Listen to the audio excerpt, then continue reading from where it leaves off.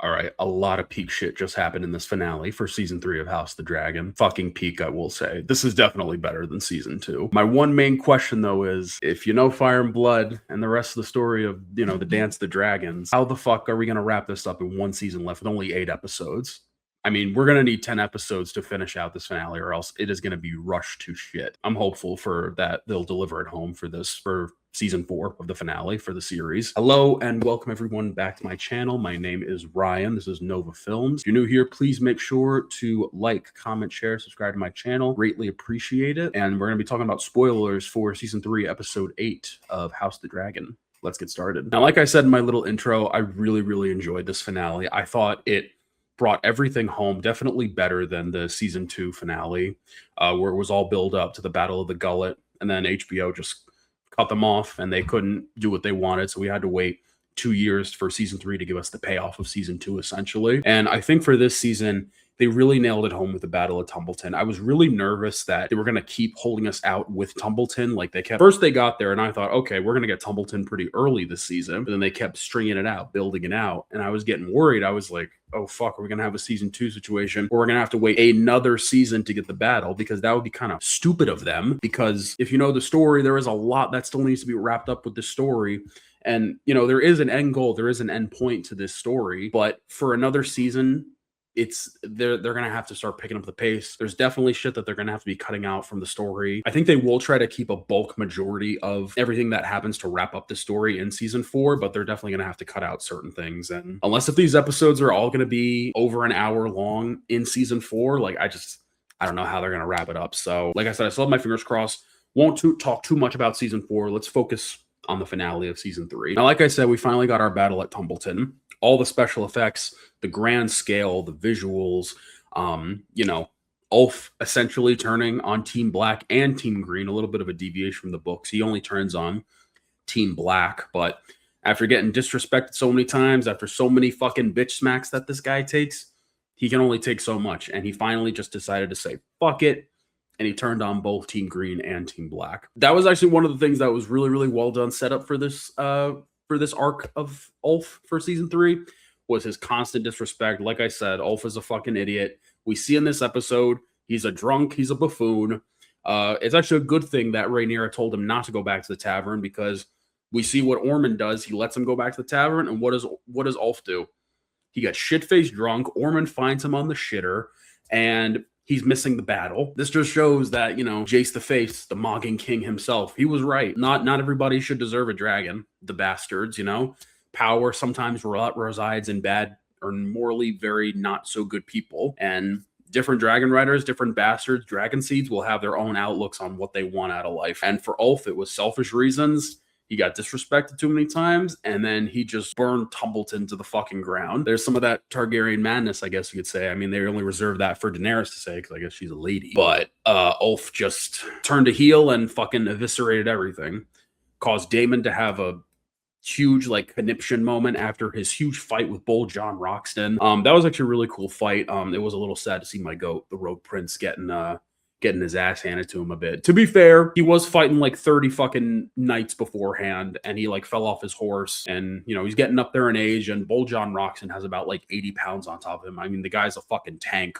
We see in the fight, he was eating a lot of Daemon's hits. I mean, it was pretty clear that Daemon won the sword fight between the two of them, but when it came to just bare knuckle brawling, I mean, Boljon Roxton, he was mollywhopping Prince Daemon pretty fucking hard. And I feel like it was a necessary thing because, before the battle happens, you have Gwaine and Corlys trying to relay terms from Daeron the Daring about possibly avoiding the battle at Tumbleton. But Daemon's been building up so much of his rage and, wanting to attack the High Towers that nothing's going to stop him.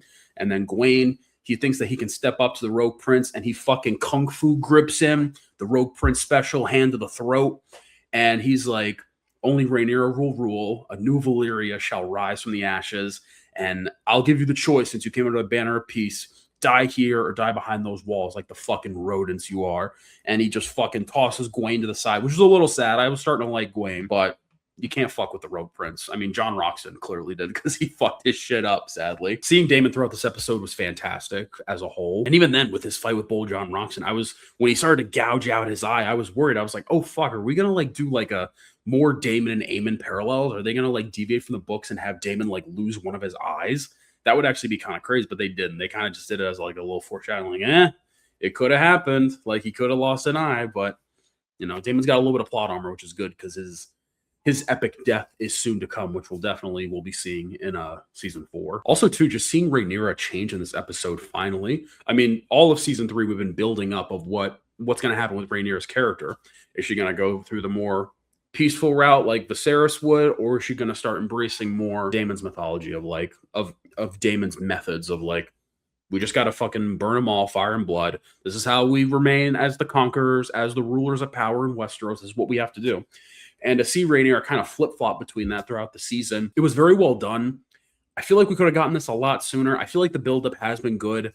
I feel like to wait all the way until the end of season 3, you know, I'm happy that Rhaenyra the Cruel is finally here. Like, she's starting to, like, take back some of her dragon power and start exuding more of that, like, big dick dragon energy. But I feel like we could have gotten this a lot sooner. But nevertheless, I am still happy with how she was this episode. I mean, it was annoying because it opened with her fucking bawling her eyes out, you know, saying like, Aegon has returned, Sunfire's alive. And Damon's keeping a cool head. And he's like, listen, we have a power unmatched to anyone in this realm. We need to use it. We are fire and blood. We are the blood of old Valyria. We need to lock the fuck in. Whenever Daemon starts speaking in High Valyrian, Rhaenyra locks in. And she's like, you know what? She starts embracing that dragon power. And she's like, root out all the high towers, kill every man to the second. But don't use the dragons. The realm is watching, so don't make a monster out of me. And, you know, their little, like, heated foreplay with each other. Like, it was getting fucking steamy in there. And then we reveal after the episode airs, they release all the still photos that HBO took, the behind the scenes. And we see that they cut fucking Rhaenyra and Daemon kissing. We have not had a Daemon and Rhaenyra kissing scene since season 1, episode 7. Yeah, you could say he's his fucking niece, but this is the Targaryens. Like, we're past this shit. If you're still fucking harboring on that, I don't know what to tell you. It's fantasy. It's fake fucking incest. Like, get over it. I'm sorry. Like, the fact that they cut it, I'm like, what? Like, we can have Aemon fantasizing about fucking his mother, Alicent, and their weird fucking mommy issues relationship, but we can't have the married couple, Daemon and Rhaenyra, just passionately kissing each other. I mean, that whole scene was filled with just mounds of sexual tension, and it was building us. I was like, oh shit, they're about to like kiss or make out or something. And then it just cuts. It like cuts all the legs out of the tension building in the room. And then we get the payoff in a fucking behind the scenes still. So that was disappointing for me, but I digress. I mean, after Daemon gives Rhaenyra the whole Valyrian fucking pep talk, she starts puffing up her chest, you know, widening up her shoulders. And she immediately kicks out Mysaria. She calls her an Uber, essentially. She's like, thanks for doing what you did to me the other night, but you got to get the fuck out of here now. Like, just straight gangster shit. So I was like, all right. That was pretty cool from Rhaenyra. That was cool because Mysaria is a sneaky snake, and I've never been the biggest fan of her. No offense to the actor, but Mysaria in general just... Nah, she don't do it for me. Get her the fuck out of here. Yeah, and then we get to see Rhaenyra in her new garb, very like Snow White, evil queen, Joan of Arc kind of look. She's got like the chainmail all around her, the veil chainmail, the crown, the dragon shoulder. We finally see Joffrey, her last son with Harwin Strong, finally, and she essentially goes to the church of the Starry Sept, and she goes to the High Septon that she was having problems with in episode 3, and she's like, listen, you're going to anoint me in front of all to see. I will not take no for an answer. And again, the fucking High Septon on his high horse. And he's like, no, your brother Aegon has been found to be resurrected with his dragon. It's a clear sign that you are not meant to rule, princess. And Rhaenyra comes back with an elite line. She's like, I am queen, the old man forgets. And then she talks shit about the fucking High Septon and the Starry Sept, saying this place is nothing but bricks and stones of an empty fucking room. Like, your gods mean nothing to us. And she, you know, does some sweet talking in Alan's ear, saying like, you are the blood of old Valyria. You answer to higher gods than him. You must do your duty, essentially. And Alan fucking kills the Pope, essentially. And Rhaenyra just goes out in front of all the small folk and gives a crazy, like, holy war religious, like, zealot type of speech going on. And she essentially tells the masses the prophecy that Aegon's prophecy. Well, deviation from the book, obviously, but if this means we can get more cruel Rhaenyra, I'm happy with it. It doesn't matter to me. And she says in High Valyrian, I am the prince that was promised. Like anyone in the fucking crowd is going to know what she's saying. Only she does, and probably Joffrey. To the masses, it sounds like the ravings of a crazy fucking dragon lady. So if this is the route they're going for Rhaenyra, I'm okay with it. Because I've been waiting for Rhaenyra the Crow. I've been waiting for Rhaenyra to claim that big dick dragon energy for like all of the series. And she finally has. So you know what? I'm taking it. And I'm happy with it. And even then, we see all of Rhaenyra's callousness as well with the way she's treating Helaena. Like I said, Helaena, she's kind of starving herself by not eating, especially for the baby too. So Rhaenyra's like, you know what? Fuck it. I'm going to force feed you soup. You don't know if that soup's hot. It's a little bit torturous just to force feed her, but you know what? You want to play these games with me? Rhaenyra's like, fine, we're not playing around anymore. You're getting force feed some creamy fucking chicken and wild rice soup from Panera, and that's that. You're done. Like, I have no patience anymore. And then tragically, Helena's end in the finale, we see that she jumped out the window, just like from Fire and Blood. Sadly, it's not because of Maelor's death, which we know her son that she was supposed to be having by now, but she was kind of pregnant with. She just sees that this is her end. Mysaria kind of gave her that in when she was getting hauled off by her guards, saying like, you'll never be more than just a prisoner and a pawn for Rhaenyra. There's no hope at all for you to essentially escape whatsoever. And Helaena just takes her own life. It's really tragic what happens to Helaena. I was actually really liking her character build up this season, but to see her go that way, it was still really sad. And just to see the coldness from Rhaenyra, like when she sees the tapestry that Helaena had sewn, and it showed essentially all of Helena's death, and then it shows Rhaenyra on the throne covered in blood with like fire and dragons behind her, and Rhaenyra is kind of like, that's all the clarification I needed. I end up on the throne. Okay, I'm gonna close the window now. Bye, little sister. You didn't really mean anything to me other than being a dreamer and telling me what I wanted to hear. So that was some pretty cold, evil shit from Rhaenyra, but I'm not gonna lie, I kind of liked it. It was cool to see Rhaenyra kind of being more monstrous, a little more evil, which was pretty cool. Sadly, too, we lose Ormond Hightower. James Norton as Ormond Hightower, I thought was kind of a big highlight this season. I thought he was fantastic. He played such a good villain for the Greens. So entertaining, endlessly kind of just funny, but also fucked up. Like you love to hate the guy. And, to see him go out, Tommy Flanagan, Tommy Flanagan, who played Roddy the Ruin, fucked him up in the fight at Tumbleton, which is a pretty cool sequence.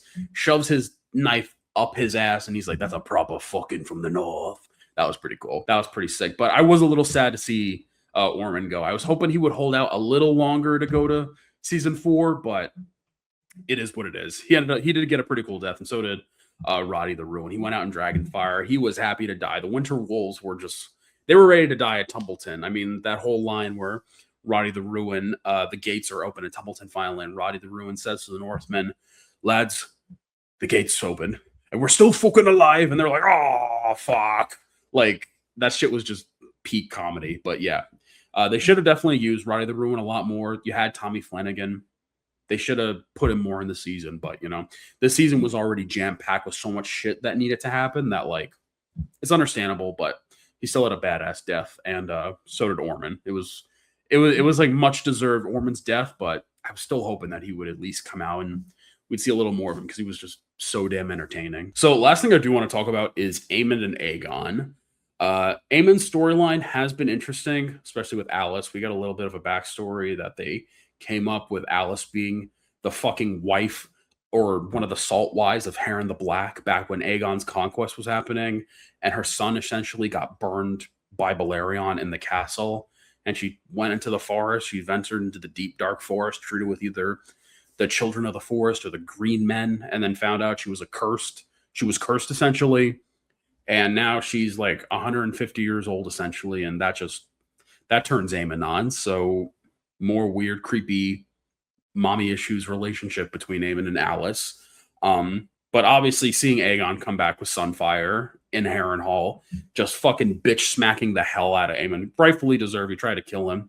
And that line delivery by Tom Carney when Aegon says, I'm alive, imbecile. Like, that was hilarious. Like, there's no reason Aegon should be this fucking funny, but he is, and he's endless, and he's also just like really, he's getting me more on his side. He's still an evil fucking prick and a bitch boy, but you know what?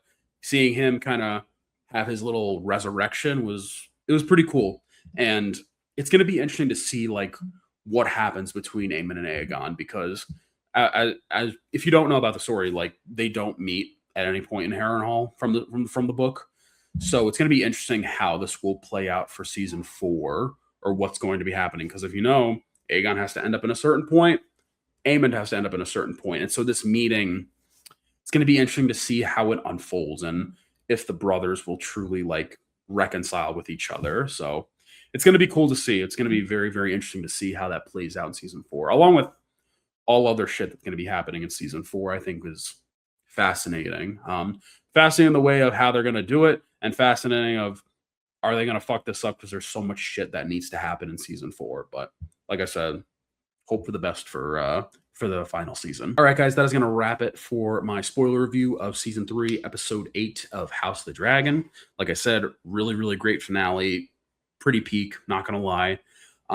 So for me, I'm going to rate this finale let's give it a 9.5 out of 10. Really, really great finale for this season. Overall, really good season. Much better than season 2. Season 1 is still pretty fantastic.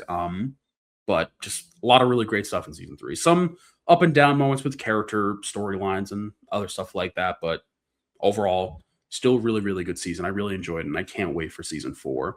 All right, guys. Thank you as always for tuning in. Please make sure to like, comment, share, subscribe to my channel. I greatly appreciate it. And I will see you guys in the next one. Take care.